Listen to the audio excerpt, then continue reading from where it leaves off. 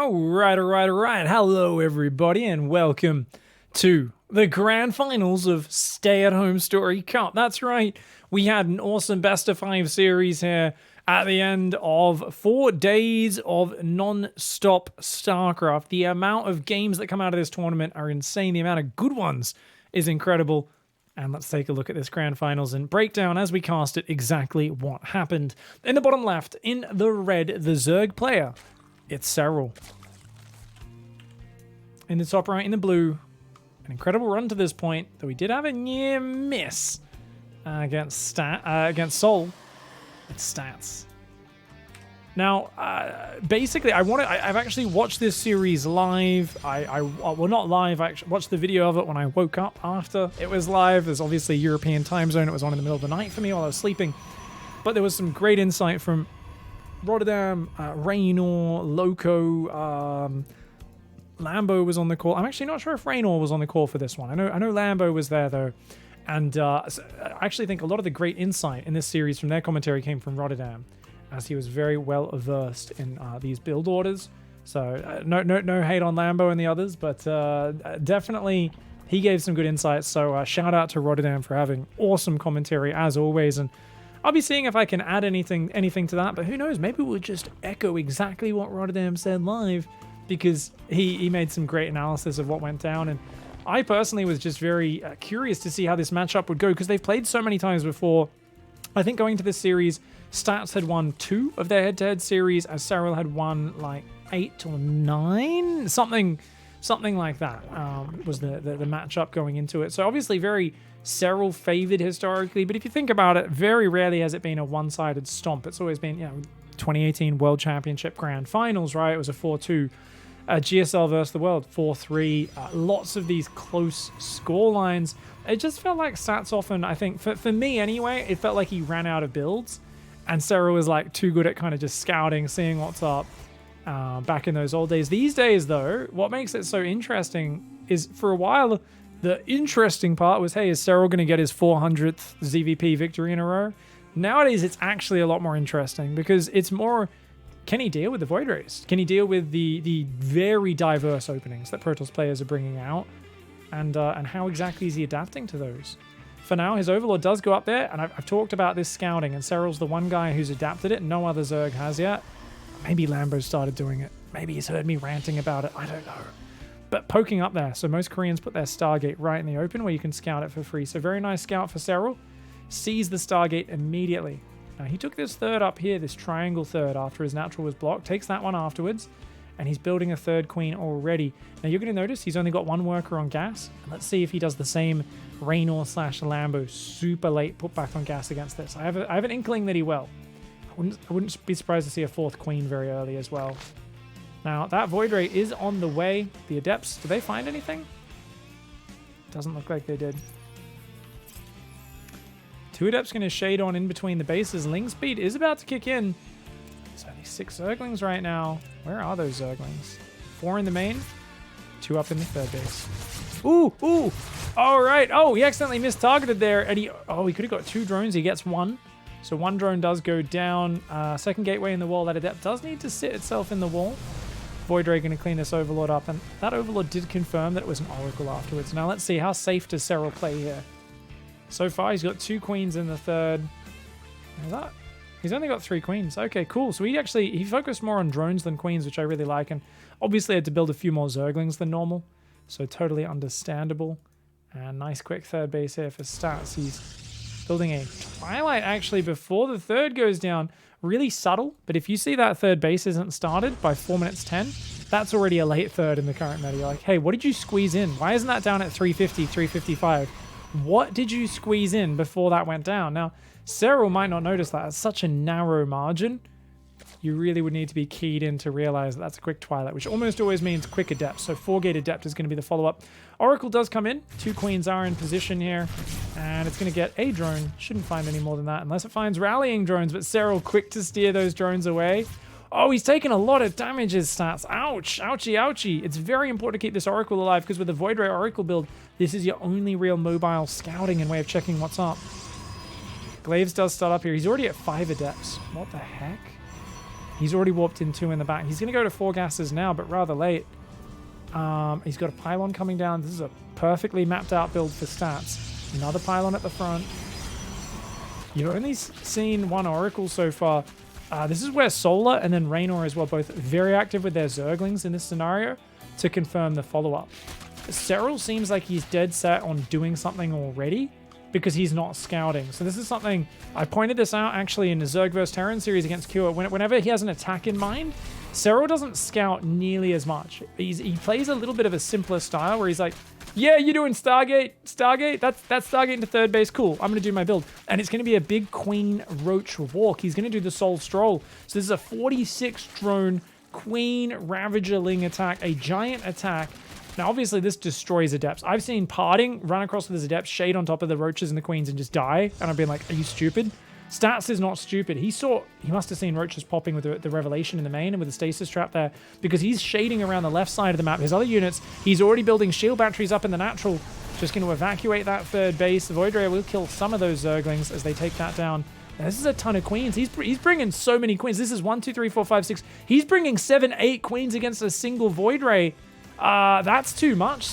The Adepts are shading in on the other side. They've already killed a couple of workers here. No, they actually haven't. The drone's evacuated. Never mind, guys. I apparently suck. Zergling's good surround. Okay, Serral just needs to spread some of those lings, but I think it's a good enough wraparound. Oh, 2 Ravagers get trapped by force fields. So Stats with a very clever Sentry Warp in deals with that. Now, the Queens are going to deal with this, but the Queens are on the wrong side of the map right now. He's gone into droning behind it. The Adepts are going to shade across the map. You've got to run home, Serral. You just saw that coming. You've got to send your Roaches home, mate. He's going to go for the 3rd base, but the Queens can confirm that kill anyway. Zerglings are no match for Glaive Adepts, not when there's 13 of them, especially not when there's 13. And he's just spent all of his lava on that. Now he's building Zerglings. That's meant to be Roaches. Serral with a big bit of excitement here. He thought he was playing against a 2 Stargate Void Ray build. He wasn't. He was playing against 1 Stargate Oracle into Adepts, and he did not make the adaptation needed. Now, that's a good choice. He walls off with the Evos. That's why the Shade's kind of bugged out there, because the pathing, the AI knows when there's things there, even through the Fog of War. Doesn't make a lot of sense in terms of the lore, but it makes sense in terms of game's engine design. So, you know, it is what it is. The Adepts are going to go in the main. They're getting way too many drones there. The Zerglings. Oh, he's going to get the Stasis Trap. He's going to try and focus fire, but he misclicks and lands a hit on the Adept, which means his Ravagers actually force field his own ramp. Now, he just cancels that shade. He's like, that's cool. I'll just hang out in here, dude. You're force fielded out of your main for the next 13 seconds. He actually clicks on the lair. The mad lad clicks on the lair. He's like, yep, just going to threaten in there. He could finish there, but the Roaches and Lings are nearby. He cancels it. He's going to just try and go for the lair. The absolute psychopath. He's waiting for more stasis energy, but he didn't quite have it, so he couldn't time out the ability to chain that there. The lair goes down, as does some of these Zerglings and drones. The Oracle turns on its attack. Does almost take out a Ravager, and the Spore Crawler will eventually... No! Oh my god, the Oracle gets down on 1 hit point after killing a Ravager. Some of the Adept shade to safety behind this. He's got a 3rd base. He was floating a lot of minerals during that, but he's got Blink almost finished, +1 on the way. And he's up against a 2-base Zerg who doesn't even have a lair right now. He's having to rebuild it. Serral stuck on 44 drones, still building Roaches right now. And is he going to rebuild economy? Oh, the Void Ray not quite able to get that. But oh my god, 5 hit points the Void Ray gets out. And there's more Adepts behind this. He's coming down the left. Now, that creep might barely spot this, but good micro. He's just going to be real patient. If I were Stats, I wouldn't even go in with that.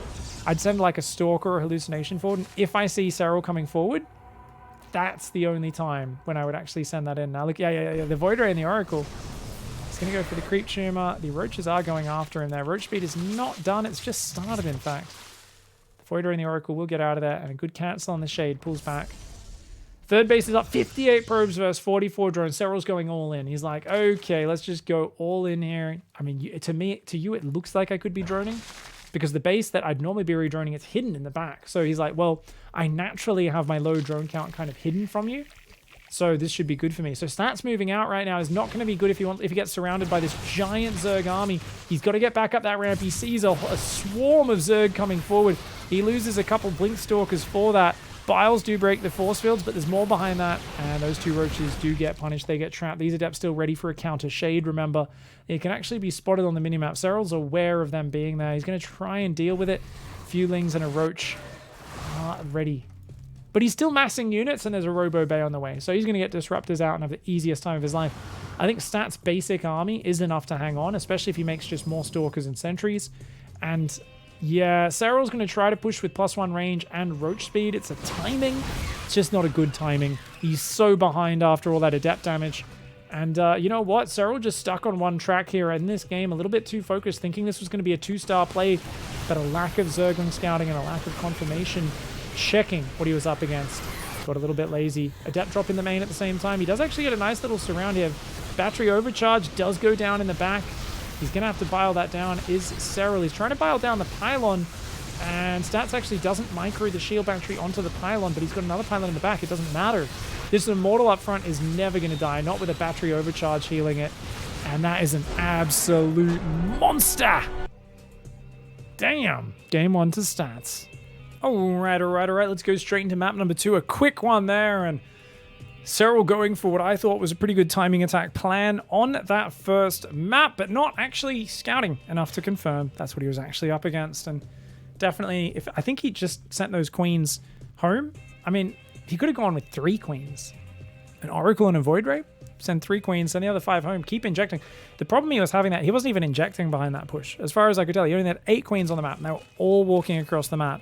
So Serral was just a little bit all in, and Stats just calmly gave up the third base. Said, I don't need that. I'm gonna counter attack with my adepts. You can't actually break my natural ramp, and that was very well played by Stats. So Serral has got a scout, I think, to make sure he actually checks he's doing the build against what he wants to be doing it against. In the bottom right, in the red, it's Serral.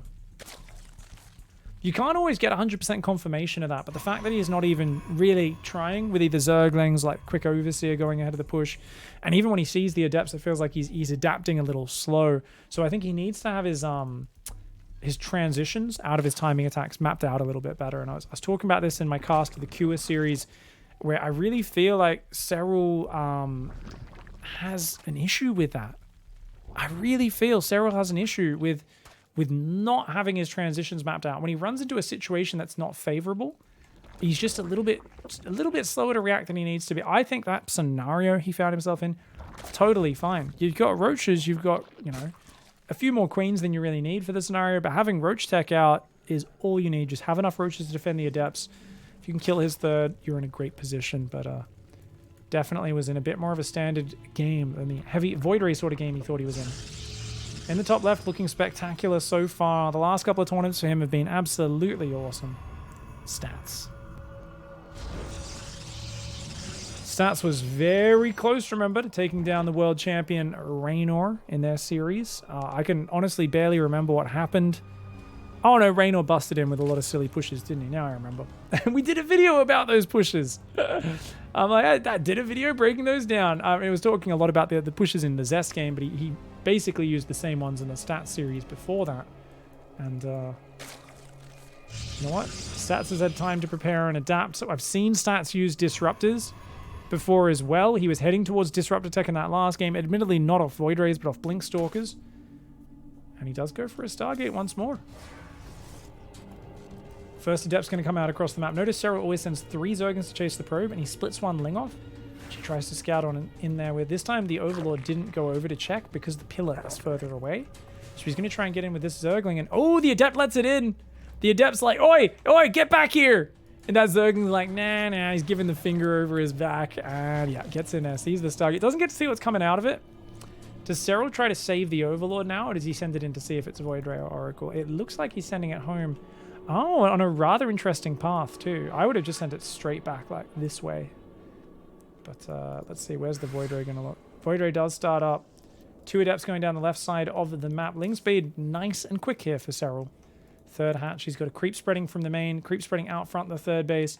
He's on 3 queens, with the 4th one starting up in the main base. Those 2 Adepts here, he's only got 3 Zerglings. Make that 7 Zerglings perfectly timed to deal with these Adepts. Shouldn't be taking any drone misses. Ooh, gets 1 Adept. Can he get a second? It's a good start. He might try to hunt that down as well. But no, the Zergling's just going to stay at home for now. The Void Ray. Where is its attack path? It's been told to attack here, but he just changed it. Now it's defending the third base.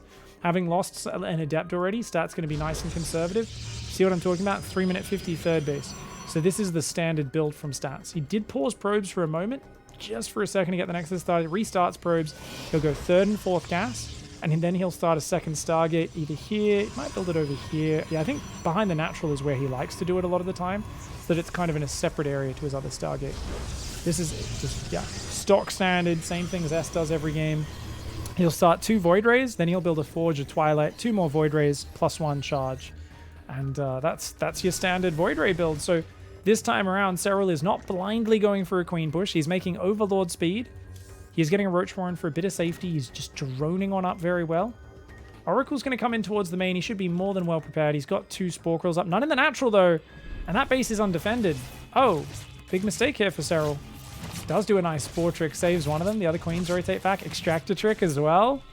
Nice. And he can even let that Spore finish, which it looks like he wants to do. 3 drones could have been worse, so good crisis management from Serral, but a silly mistake, honestly, to have that base undefended. That's where the Queens had to be, because he built a Spore in the main and the third, so he should have had extra Queens a bit closer, but they were a bit lazily out front. He wasn't expecting the Oracle to come in right from that angle. Gets punished a little bit, loses 3 workers. Not the end of the world, but a nice start there. And as I said, actually, he started his Forge and his Twilight before even starting his 3rd and 4th Void Ray, so this is straight into ground play. And this is interesting. After seeing all these different Queen pushes the European players are favoring, and oh, whoa, hold that third. Oracle comes back and gets another 3 workers, 6 drones against a guy who's built 3 Spore Quills, something that Lambo pointed out very wisely. Like, dude, I mean, 6 drones is not too bad if you built no spores, but if you built 3 spores, that's really bad. That should not happen. Not for a single Oracle. If they built 2 or 3, sure. Not for a single Oracle. So Void Ray comes in, sees Forge and +1. As I was saying before, so we're seeing players more and more not constantly build Void Rays. Just build 2, just build 4. Even if they go for the second Stargate and they show the second Stargate, it's almost like they're often baiting the Zergs into doing one of these mass Queen pushes. And like we saw Zest do things like take a 4th base, take 10 gateways, and just have a massive charge Archon army. And we also saw one of the biggest things he did against Raynor in the games which Zest was winning is he was getting those forces out on the map. He was kind of going out with 4 to 6 Void Rays, a couple of Archons, a couple of Zealots, and he'd push the creep and he'd scare this shit out of Raynor and actually do a bit of damage, or at least scare him into not transitioning to the later stages. Now, it looks like that's a safety Roach Warren, which never got used. Real classic play from Serral. Normally when you play Hydra Bane, you want to go straight Baneling Nest. And I do think, especially if you're going Overlord speed, you can do that. So I think a little bit unnecessary extra safety there from Serral. Almost playing too safe in this game. OV speed, safety Roach Warren, which you're never planning to use. When a Baneling Nest, it's not as good as Roaches against like Glaive Adept or Charged All-Ins, but it's usually good enough to keep you alive. Especially if you have OV speed to prepare. Infestation Pit goes down. Now that tells us he's probably going to go Hive. Of Hydra Bane though, you don't normally go straight into Lurkers. You could, you can, but if you're not, like lower levels, sure. Heaps of people do that. But it's just an awkward transition, because normally with Hydra Bane you want melee upgrades. That being said, he's making range. So this is more of a Hydralisk style than the Hydraling Bane. I'm surprised there's no second Evo. He's on 82 workers. He's making Banelings right now. This is that push I was talking about. An Observer, 4 Void Rays, 2 Zealots, 2 Archons to the depth. It's such a small force, but you don't know if there's a Prism right behind this about to warp in 3 or 4 more Archons, 10 more Zealots. You know, you don't know that. And there's a Zealot drop combining with it, so he's really pushing back Serral's map vision, map presence. And this is stopping Serral from taking a 5th base, from taking the gases on his 4th. Serral has not started the Hive yet, even though he's got that Infestation Pit. So yeah, that actually just delayed his Hive 30 seconds. So this is a really nice light pressure, clears some creep, makes sure Serral's not too greedy, and the second Evo that I was talking about, now it starts. But that's very late as well. So he's done +1 range, he's starting +1 melee, so he wants to probably do both of those upgrades. I would normally go Great Aspire off Hydra Bane as a finishing blow. And it's a very classic way of playing, but it's a very good way of playing, and it's still very good. Yes, even if they have some Void Rays out. You've got Hydras, you've got Queens you can walk across the map. In this case, he's got 8 of them. They're amazing with Transfuse on those Broodlords, but without a Spire down, he's not going to be able to do that. You need to time out your Spire to start with your Hive if you want to go for that. He starts a Carapace upgrade, which points toward Ultralisks. Ultra is very good at clearing out Storm on the ground, smashing through Disruptors, Colossi. Archons, they're pretty good against as well. They don't kill Archons fast, but Archons don't kill them fast either. So I really do like Ultras as a big ground army. If you want to play Ultras, I kind of like Mass Queen. I kind of want you to have at least 12 Queens and use Infestors with it. I think is one of the best ways to play Ultras. Rogue showed that, and annihilated stats. On this exact map as well, in IM Katowice, it was really one-sided as well. Like stats would come and fight with like Carrier and Storm and stuff, and there'd just be Microbial Shroud on this big pack of Queens, big pack of Hydras behind the Queens, and like Fungals would just like chain out on the air army so it couldn't run away. And the Ultras would just kill everything on the ground very quickly as well, because Ultras are so good at that. So we're seeing a bit more of a mixed style from Serral. He's going double Spire and the Ultra Cavern and the Vipers. So it looks like what he's going to do is he's going to play Hydra Bane mid-game, 2 Vipers trying to duck some units. And then he's going to swap into Ultra Corruptor, which is a great army. I've shat on the army a lot in the past. I've changed my mind to saying, yeah, it's not got the most flexibility. Yeah, it can get countered as long as Protoss is very slow and careful and methodical. You talk to like an expert defensive Protoss like a Showtime, and they'll be like, yeah, you shouldn't really lose to that as Protoss. They're like, don't get me wrong. They'll be like, yeah, I've lost to it before. I still lose to it when I make mistakes, but there's always like very clear kind of strategic errors with the movement of my army where I let myself get surrounded or something like that. And I'm like, okay, yeah, fair enough. Because the problem is once there's enough Immortals in the army, Ultras aren't that good. And Corruptors obviously get destroyed by Psystorm and Void Rays as well. So the way you can equalize that is like, oh, well, you know, what if you neural the Immortals or Blinding Cloud them? Neural, not very realistic on Immortals. You can do it occasionally. Definitely Blinding Cloud can work. The other thing that you can do, of course, is Parasitic Bomb and Fungal and Void Rays, which allows your Corruptors to win that air fight. But while you're waiting for that to do damage, you still need to kind of run away from the Void Rays and let them die to the spells, because they do damage so quickly that if you stand there and tank their Prismatic Alignment, by God, you get destroyed. So it's a real sensitive style, and Serral is on, yeah, he's got Greater Spire here. Okay. Ultra Cavern. 1/1/1 upgrades. He's not starting his extra upgrades. He really should be getting more. And meanwhile, +2s on the way, Plasma Shields, 4 carriers building at a time. My God. So he's on 3. He's about to jump up to 7, which is the point where you don't want to be stuck on 17 Hydras to fight that. If I was Serral, I'd be a little eager to trade right now, because neither side's lost a lot in this game. It's just been like a lot of respect straight to the late game. Stat's going to move out to the 5th on the left of the map. I always talk about the 5th base being very hard to take for the less mobile player in this matchup. Corruptors are going to hunt down that Warp Prism. Very nice pick off. He's going to get the Warp Prism there. Yeah, Stat's a little too slow to react. Oh, he tries to warp in some Zealots. That's cute. Lingbane Hydra coming in for a run by Stats. A little slow to respond to that. Got a few High Templar, but he's got carriers that are popping, so I think he should be fine with those. Oh, juicy Psystorms. And Serral's like, yeah, I'll just leave. No worries. Okay, so Serral's gone Greater Spire so we can make some Broodlords. Right now, I don't think there's a reason to have Broodlords and Ultras in the same army. They kind of work differently. So I'm not a big fan of that. He's going for +1 air attack finish. +1 armor is still a solid minute away, whereas +2 air attack is already almost finished. So +2 carriers, something which Rotterdam was shouting about excitedly at this moment during the live broadcast of this grand finals. He said the power of it is really there. And meanwhile, Serral's splitting off for a big run by. He's not going to be able to defend this side, which means all this static defense is going to go down. He's got a few Broodlords and Queens. He gets all of his Vipers abducted. He drops a Parasitic Bomb, which is a nonsense ability to use there. He should have been using Abductor, one of these carriers, 1 or 2 carriers, and focus fire it with the Spore Queen. Now, the Hydra Ultra is going to do damage on the other side. He does take out the Super Battery, but he's lost a base behind. He's lost 7 drones. He's trying to mass Corruptor, but Serral doesn't even have much bank, and he's desperately got to get more energy on those Vipers. The Vipers aren't gathering energy right now. He tells them to suck right there. They're going to go down. Serral, you've got to get more energy. He's bringing back the Ultras, but he cannot fight right now. He doesn't have any spells. He needs Parasitic Bombs and whatnot. Storm landing on the Hydras. The Corruptors go in and try to focus fire, but there's no spell damage. There's not enough Ultras on the ground. There's like 5 Immortals in there just blitzing the Ultras. And that was a big screw up from Serral to get caught in the midst of 2 armies. This happens sometimes in a game like this where you're expecting your opponent to attack the whole time. They never do. They just sit there. You don't find a time, and you end up on a whole bunch of defunct units that don't trade out. So let's just do a quick rewind while we look at the end of this game. There are no bad units in the Protoss army, and this is something which Roddy, I really loved what he said. He was heaping praise on Stats. A few minutes earlier in this game, Roddy was saying, he's like, you know, I really like Stats. A lot of these other Protosses will just be massing Zealots in that mid-game stage, but if there's not actually a fight going down, you don't need to do that. Look at this army. None of this is useless units. He's got 6 High Templar that are maxed on energy. That's 4 feedbacks or 2 storms. Let's say 2 storms and a feedback each. That's crazy. 8 storms, 4 feedbacks. How many carriers is this? He's got 7 right there.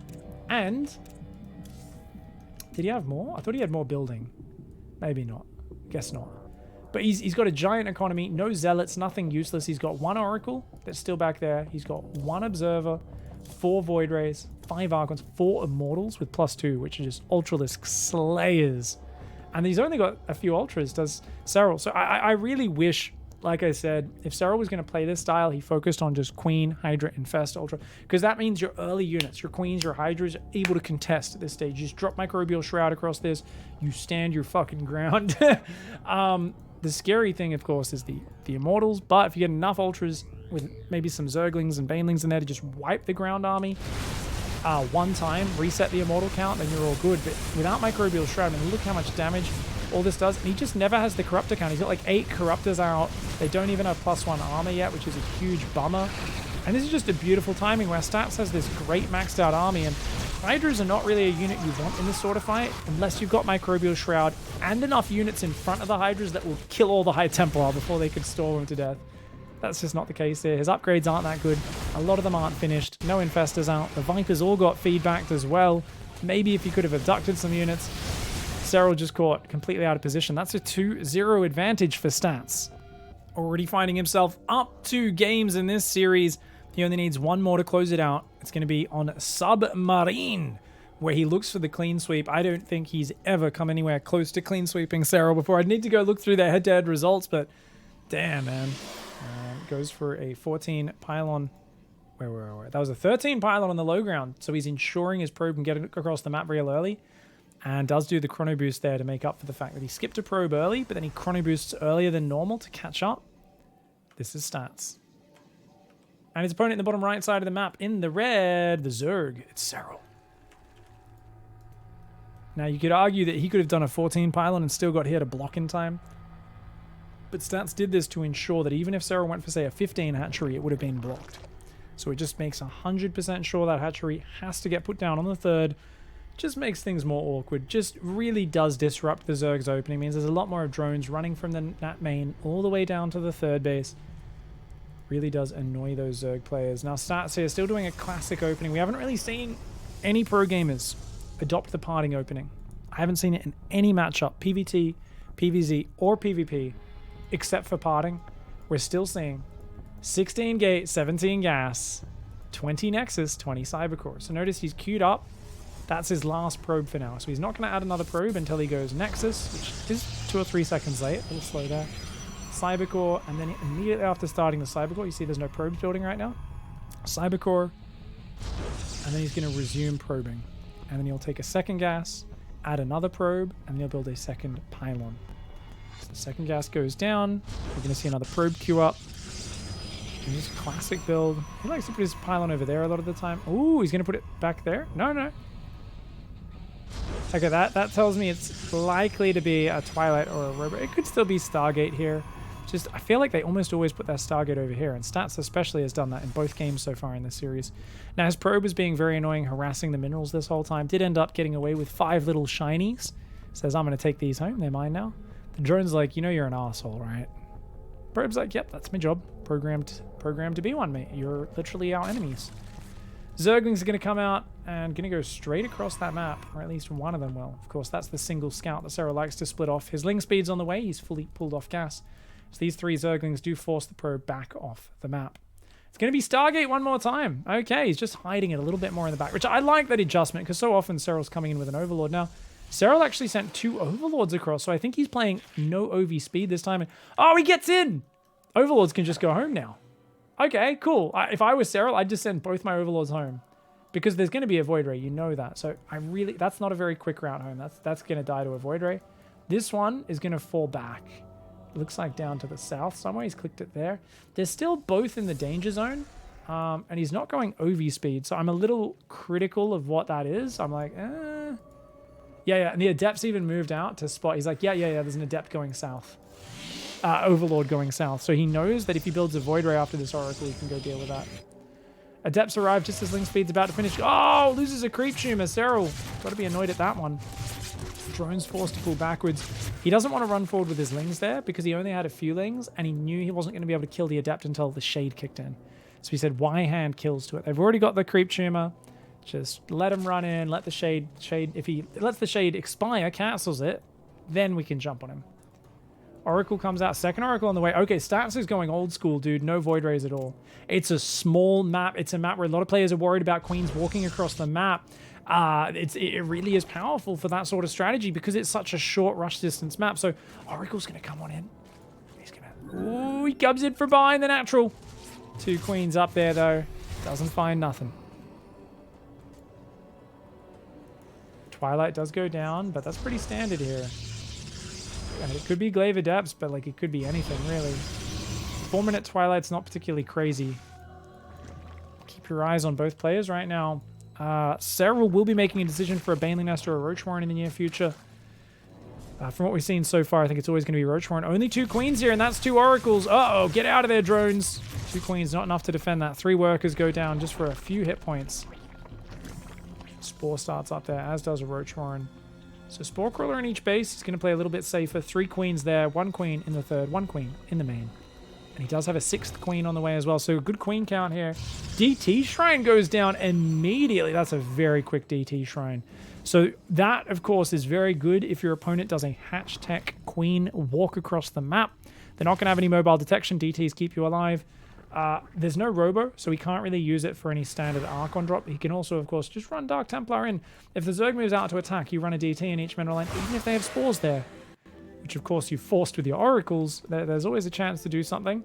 Now, that's a good little Adept count. He's only got a few Zerglings right now. Oh, Serral's going to take some damage. His drone's a bit slow to run out of there. That being said, Stat's a little slow to focus fire. Oh, Serral, you got to get him out. Lazy. Loses 1, 2, 3, 4 drones just like that.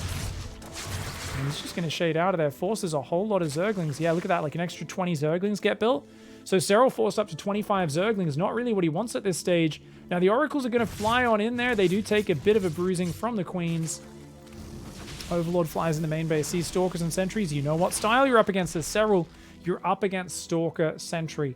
So he knows that's the build that's being played out of Stats. He's going to be playing Blink. He's going to be playing probably Colossi, maybe Disruptors, depending on how you play it. How do you adapt here as Serral? Infestation Pit goes down. He's thinking about Swarm Hosts most likely. Could be teching up for Lurkers as well, as you need that, of course, for the Hive. But something I've noticed is a lot of players being very slow on their Hydroden when they do that Hive play. Raynor did it a lot. Serral was doing it earlier on in this tournament as well, so I really need to pick their brains about why they enjoy having their Lurker upgrades 30 to 45 seconds late every game. We'll have to hit them up about why they like having their upgrades consistently behind. Maybe they just feel it's not safe to rush it any earlier, and having the earlier Hive is good because you can get Vipers. If you then then you can abduct Colossi and Disruptors, so you're kind of opening the tech up a little bit earlier than you're actually intending to afford the Lurker transition. And indeed, Hive is on the way. Hydroden does go down at least at the same time as the Hive. Like I said, you actually want it when the Infestation Pit's about halfway done, if you want to start the Lurker upgrades as soon as that Hive finishes. But should be close enough if he hits that second Robo and Robo base. So Disruptor's very good intermediary unit. They can, of course, shave off Lurkers. What they're really bad against is Vipers. And it's very hard if you're in stat scenario building a lot of gas-heavy Stalkers and Sentries to get both Disruptors out and to get High Templar to feed back the enemy Vipers. So tech-wise, I'd be pretty happy with this as Serral. He's a little slow to get to his 4th, and he's most importantly slow to take these gases, though. So that's the important thing that he needs to focus on, is those 2 gases. Stats on the other hand, he's already going Templar Archives. He knows exactly what sort of game he's in. He's going to go Warp Prism Speed, Templar Archives. He hasn't started any Colossi or Disruptors yet. He's just opening up all of his tech, so it feels like Stats is kind of undecided which direction he wants to go just yet. Oracles find a few more kills. No Spore on the 4th base, a classic mistake that we all tend to make as Zerg players, where we go, Oracle harassment stage is over, right? And then we take damage as we transfer over. These gases are still not mining, which is, as I pointed out, a big mistake for Serral. He's building his first 2 Vipers now, which is always a good call. His Lurker Den is on the way, but as I said, not finished in time to start those upgrades immediately. And that's a lot of Stalkers out here. Roaches, Ravagers, Zerglings in the middle of the map trying to, of course, clear some creep. He splits some Lings off to the side, and he finds an open, undefended 4th base while skirmishing in the middle. Oh, Oracles do go for the Ravagers, but that's so unimportant. Losing a Ravager compared to losing a 4th base doesn't even matter, and I don't even think he lost a Ravager. So he clears that base up, does Serral. He's adding +2. More Roaches and Hydras. Still no Lurker upgrade started. Okay, I mean, this is good damage for Serral, but I gotta stress how slow those Lurker upgrades are. This has been consistently a problem for our top Zergs recently, playing Lurker stars. That upgrade is such a power point, and the next one as well, which he hasn't queued up just yet. So he's kind of maxed out on Roach Hydra right now because he's worried about this push, I guess. He wants to respect this. He's killed the 4th, so he feels, hey, I'm way ahead right now, which is absolutely correct. Lings go in again. He's going to get another cancel. Serral finding massive damage at a moment when he absolutely has no business doing so. Oh, and then he accidentally doesn't click those Lings home, does throw them away. They're unupgraded at this point. Honestly, clearing the supply is not the worst thing in the world. He's still building a lot of Roach Hydra, and a Zealot drop comes in the main. I mean, this buys a moment of time. I don't know if a moment of time is enough, buddy. He's going to lose the Zealot drop in the main. Serral, if he just queues up Adaptive Talons, which he's now done, he's going to have a +2 Lurker timing with range. He's got those 2 Vipers gathering more energy. He's already got 4 Lurkers out. If he makes another 5 or 6... Oh, he's low on gas. He's making another Viper, which is really unimportant. He should cancel that Viper and make as many Lurkers as he can right now. He should be pushing. He's got such a big advantage. There's no splash damage. Storm's about to kick in, and there's a few High Templar. Storm is not even good versus Lurkers. I mean, yeah, it'll be good for feedbacking the Vipers, but there's... Oh, he does have 4 Disruptors. Okay, never mind. Sorry, guys. Wasn't watching the production dub. He's got 4 Disruptors. But yeah, this is a great attack. Where's the rest of his army, though? It's at home right now. Okay, he's just got to keep some vision out. No Changelings, no Roach Spotters or anything like that. Oh, no, he's distracted by something else. Why is he not looking? He loses a lot of Roaches and a Lurker to those Disruptor shots. I think these Zealots distracting him in the north of the map. A mistake there for Serral. Where's the rest of his army? He's still running around chasing the Zealot run-bys. He's very worried about these Zealot run-bys, but after killing the Prism, I don't think he should be. I think he's got a big window to attack here. As the Stargate and the Fleet Beacon go down, I mean, if he survives to that point, that seems great. That and +1. But right now, Stats has nothing as the core for his army. There's no Immortals. There's nothing that kills Lurkers other than the Disruptor shots. If those Disruptors get abducted, he just straight up loses. Serral has a huge window to do damage. His Roaches find the Zealots. Wait, these have been slow Zealots this entire time. What the hell? Charge has still not kicked in. Hasn't even started. He's still making slow Zealot run-bys. Abduct. He's got to get the Abducts off. Those Disruptors, when they open the High Templar, are nowhere near right now. And once again, Serral pushed back from an angle where he has all the advantage and all the opening. Where are the High Templar? They're sitting in the middle. He sends an Overseer in the main. Serral is being very, very afraid right now of a player who does not have the answer. Disruptors, as I said, they're good for slowing down pushes. They're an intermediary response. They are not a hard counter to Lurkers, especially not when you have Vipers out. They can chip away if you don't micro your Vipers correctly. But look at this. He's actually coming up there with mass Zealots. There is a Hydra behind the mineral line. Okay, this Roach Ravager gets caught. But the other army could have probably come down and jumped on this with the Lurkers and so on. This Roaches do get caught out. Nice +2 upgrade versus +2 of the Roaches. That Guardian Shield actually worked out pretty well, though. Did reduce a fair bit of the damage. Lurkers should save this base, but 17 more drones being built right now. Serral is absolutely missed his Lurker timing. He's got so much gas right now, and he's not pushing at the moment when he can push. Lurkers are not a super long-term strategy. He's making +3 upgrades right now. He loses his 5th base, doesn't even cancel it. And Serral seems to have lost track of where he is in this game. A handful of High Templar and Disruptors seem to have scared Serral off his potential kill push. I really think Serral should have been able to just walk in there. And no detection on this base. He can't see the DD. Drops a transfuse. He's got to drop one more, but even that wouldn't buy time. He tries to drop it. He's a second too late. So he's splitting his Lurkers up. He's trying to do a bit of multi-prong, but he's not doing any drops on the mineral lines or anything. Finally, we see a push here, but it's only a handful of units. There's only 3 Lurkers. Where are the Abducts? Okay, he does micro back. That time, it was correct, but why doesn't he have more Lurkers pushing through? So the thing is, if your Lurkers actually walk through, because there's no Immortals or anything, you can actually just siege and unsiege as you like. There is nothing they can do about it. You can dodge Disruptor shots with Adaptive Talons Lurkers, and it's bizarre to see Serral not doing that. He loses his +1 armor upgrade. If you just push through, they don't actually have Immortals hitting you as you siege and unsiege. What are they going to kill you with? Stalkers? If you guys have ever seen Stalkers blink into Lurkers, you know it's a terrible idea. But Serral, for whatever reason, keeps pushing forward with 3 Lurkers. He sees some Disruptors and High Templar, and he just runs away. When he could actually leapfrog his Lurkers on that, Yeah, he'll lose a few lurkers to disruptor shots, and then the disruptor shots are empty. He's on a base, killing it. But now he's let so many cannons and batteries get up. The carriers are about to pop out. +2 is on the way as well. So these are not badly upgraded Koreans from 2 years ago, carriers with 0-0. They're like, man, carriers aren't very good. And we're like, upgrade them! These are actually the modern 2021 carriers. So 3 of them are out. 6 of them? What the hell? When did he get 6 carriers out? They're all hidden in his main base. And stats is just... he's getting ahead. That's what he's doing right now. He's simply getting ahead. I mean, there's a Spire on the way. He's going attack. Arguably, armor is more important. It really depends on what you want to say. It doesn't help you against... oh, nice abduct.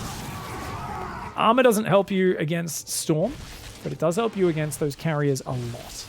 So with no armor upgrades and +2 carriers, once again, the 6 of them out, soon to be 9. That's going to be a 9 carrier timing attack. He's got disruptors underneath. Maybe he doesn't really have a timing attack like in the last game, but Serral is on Mass Hydra, and the only way you can really fight this army with Mass Hydra is you need a lot of lurkers to try to just gun down the disruptors and High Templar, and you need Microbial Shroud. Otherwise, being caught on Mass Hydra, it's really awkward because you end up having to run backwards from the splash damage. Oh, no. Oh, my God. Nice block with the blink. Catches a whole bunch of those Hydras. But they need to run back from the splash damage. While they're running, the carriers are killing everything. You really need some ability to hold your ground. He's going to try and go Greatest Spy. He's got 10 lurkers, so he might be able to do it. Also, if he can catch the High Templar and the disruptors when he's not looking, jump on them, burrow with the lurkers, kill them all, and then you can just potentially overwhelm with the Hydras. Losing Carapace, though, was an absolute nightmare. The fact that he doesn't have Carapace means his Hydras and Lurkers are going to melt to these carriers. This should be +2 Carapace on the way, but his Evo got sniped to slow Zealot drop in the main. Charge did finally kick in, by the way. But how many Corruptors have we got? 7. 7 Corruptors is an army does not make. He pulls back, does lose. I think that was only 1 Lurker there. How many has he got left? 8. I think he lost 1 or 2 Lurkers, but he didn't get the Abducts and the Disruptors, which he absolutely could have landed. He could have killed all those Disruptors just then. Serral has not been landing any Abducts in this series. Keep in mind, this is played cross-server for both of them. On the American server in the middle, it's going to be hard for both of them to micro to the same perfection that we see on their local server, but it still should be pretty good micro. And so far, oh no, his Lurkers aren't in front. Remember I said the Lurkers need to be in front. He's got to run away now. He loses a big pack of the Hydras. Corruptor Viper comes in. He's got to watch out. A Storm does clip those units. It gets on the Hydras in a big way. Oh, big Side Storms, and he kills all the Changelings, which means Serral... oh, he's got 1 Changeling left in there. 1 hero Changeling spotting that entire army, so Serral can see it. This is one of the most important things as a Protoss. You've got to clear those Changelings as the Zerg. You've got to keep sending them in to try and get vision here. That Lurker doing damage. Where are the other Lurkers? He does abduct the Disruptors, but it's the carriers that he's got to worry about at this point. That is so many carriers. The Lurkers tried to jump on top, but you can only do that when you surprise. Parasitic Bomb and a Corruptor dive. He's on 16 Corruptors, but that is 12 carriers. Corruptors are a counter to carriers, but you need more. You need a lot more. Corruptors are a much cheaper, smaller unit. The Corruptors are bloody capital ships. And when you've only got a few more Corruptors than carriers, you just get smushed. And similar to that previous game, Serral unable to use his army at the moment when it was good. He was unable to really use Hydra Bane when it was good on Death Aura. Here in Game 2, unable to use the Hydra Lurker at moments where it was powerful. And I just want to do a really quick breakdown as Stats is our stay-at-home story Cup champion. An absolute beast, 3-0 and destroying Serral. I mean, great play by Stats. The way he stayed so much movement, kept sending in Zealots, slow Zealots, DTs, and a bit of Blinkstalker movement. The fact that he kept this much map control and scared Serral off just pushing and killing him, when I really do think Serral had the better tech for a long time. They're a much better army. Incredible. The fact he was able to isolate this Road Ravager squad. Zealots killed a hatchery when combined with a DT that came in a bit late. Like this, he just kept Serral busy and somehow snuck his way up to carriers. The thing is, what I've got to argue, not only were the Lurker upgrades a little late and he was a little slow to commit hard to the Lurkers, I think no later than about 10:30, at the latest 11 minutes, he had a Lurker timing where he could have started to force his way in. And even if it went, I think it stretched right to 13, maybe 14 minutes, was where that was still an option. So let's look at this push. He runs in here. Well, 2 of these Lurkers are barely in... This Lurker's not in range of anything. That Lurker's in range of 1 gateway. So first things first, I really wish he might put those Lurkers a bit further forward. Secondly, where is his Lurker count? He's on Mass Roach right now. So there was something where I think the way Stats moved his army around the map actually scared the shit out of Serral in the minutes leading up to this. You're not meant to have 27 roaches and 3 ravagers. I get the 3 ravagers. You were skirmishing with Stalker Sentry. But why do we have so many of these basic bitch units? We should have had more Hydras, more Lurkers. Why were we so slow getting gas up on the 4th base? And he's only got 2 mining that gas. These were big problems. This cost him a lot. And then he builds a 3rd Viper, which is not important. That should have been more Lurkers. So he should have had a lot more Lurkers, and they should be forcing their way in right now. If he added like a Lurker drop or something like that, I would think that's very cool, but I think that's not important. The important thing here is there's nothing that can actually kill your Lurkers. Like the Disruptors, sure, but you can just unburrow and run away. Now, at this point, you can argue Adaptive Talons is 30 seconds away. Okay, cool. Well, let's go to 11 minutes. Okay, he loses a whole bunch of roaches. He's not looking there. That was a real bummer. But Adaptive Talons is now done. Why are we not making more Lurkers and pushing? Like that, for me, is a bit of a travesty. Yes, he gets some roaches to clean up the run bys. Yes, his movement's pretty good, but look at this push. Not only is that a very, very conservative Lurker burrow, where I wish he moved a bit further forward, but look at what happens here. He sees the army. There's no High Templar there, but he acts so afraid of the High Templar anyway. He loses his Overseer, which I think is part of why he runs away, because he's worried about DTs. But he should have more Overseers, 1 or 2 more Overseers in there. And the thing is, there's such a big opportunity at this point. He could have just abducted those Disruptors, abducted the Oracles, abducted the Sentries. What I felt like is there was almost no value out of these Vipers in this series. Now, this is me being really harsh on Serral. Let's give a fucking shout out to Slow Zealots, can we? What the heck, man? Who keeps doing this much with Slow Zealots? This is ridiculous. Silliest game ever. The fact that this Roach Ravager didn't just come up there and join with that army and just stand its ground and kill this 4th absolutely befuddles me. So I feel like Serral here, he got in a situation he maybe doesn't have as much practice with. It was just a couple of Oracles into a standard ground game, right? Except it wasn't that standard. He went a couple Disruptors and Storm both very quickly so he could counter Lurkers of the Disruptors, Vipers of the feedback.